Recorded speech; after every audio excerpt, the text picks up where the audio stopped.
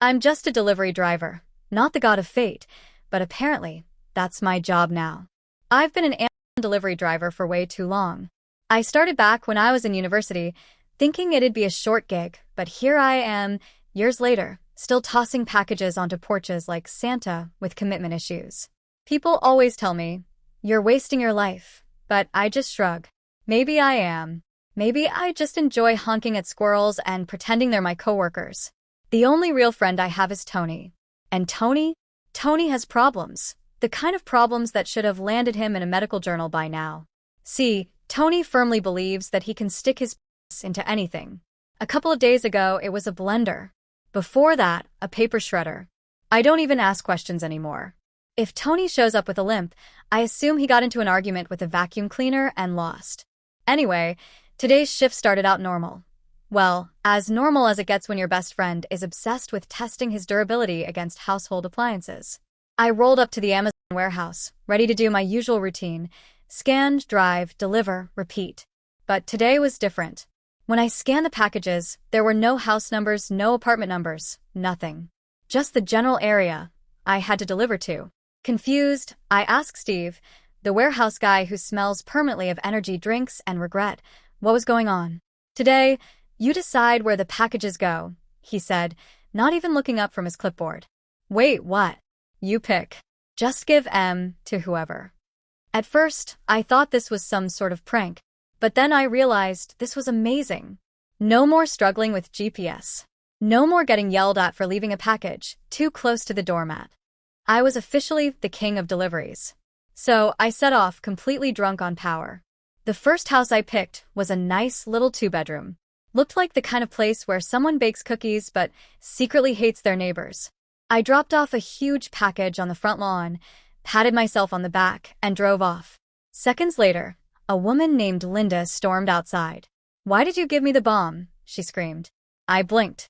What? It's not fair. What did I do? Before I could even process what was happening, she ran back inside. 10 minutes later, boom. The house shook. Bits of roof flew into the sky like confetti at a terrible party. "Okay," I muttered, backing away slowly. Moving on. Next, I stopped at a fancy 3-bedroom house with a garden so well-maintained it probably had its own personal therapist. I left a tall, skinny package near the door and drove off. A few minutes later, a guy named Greg stomped outside, shaking his fist at me. "Why did you give me the acid?" he howled. What? He ripped open the package, took one look inside, and then, with zero hesitation, poured the entire thing over himself. Just, splashed it on like it was cologne. I watched in horror as he screamed, cursed my name, and ran in circles like a malfunctioning lawn sprinkler. At this point, I was starting to get suspicious. But hey, maybe the next package would turn things around. I found a cute little 1-bedroom house and decided to bless it with a small package. An old man named Harold came out, opened the box, and gasped. "Cash. You're a saint," he cried, throwing his arms up like he'd just seen an angel. He started yelling my name in praise, as if I was some kind of deity. Finally, something good. Feeling a little better, I pulled up to a big, fancy 4-bedroom house. I left a small package on the porch and was about to leave when the door burst open. A couple stormed out, looking furious. "This package is a gun," the woman shrieked.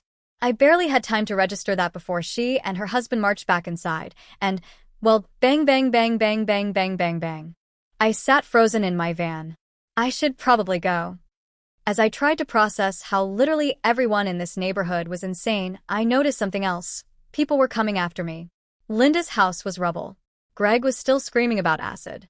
The couple from the 4-bedroom house was covered in gunpowder and looking very unhappy. And they were all running toward me, ready to kill me. So, I did what any responsible Amazon driver would do. I floored it. Unfortunately, they were in the way. So, I may or may not have accidentally run over a few angry homeowners. Look, in my defense, it was either that or get shot. As I sped away, Tony called me. "Dude, you're not gonna believe this. I just found a toaster with a really wide slot." I hung up. Maybe it's time to find a new job.